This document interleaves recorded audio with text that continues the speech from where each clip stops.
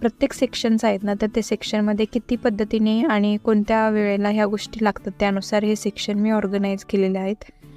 तसं म्हणायला गेलं तर ड्राय जे इन्ग्रेडियंट्स असतात, पावडर्स असतात, मसाले असतात, तर ते ठेवायला बरं पडतं. जो वरचा अगदी वरचा जो सेक्शन आहे ना, त्याच्यामध्येही मी असं पेपर टाकून घेतलेला आहे.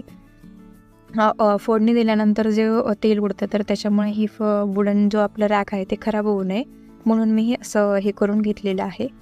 हा जो एक छोटासा हँगर आहे, तर त्याच्यावरती 3 भरण्या छान बसतात, चौथी बसत नाही.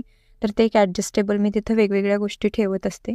आणि याला खाली हँगिंग चमचे वगैरे आपण काहीही अडकू शकतो. ह्याच्यावरती मी जेवढे माझ्याकडे चमचे आहेत, कधी-कधी मी तेवढे अडकून टाकते आणि त्याच्यातूनही मला कधी-कधी सापडत नाही, असं होतं ते.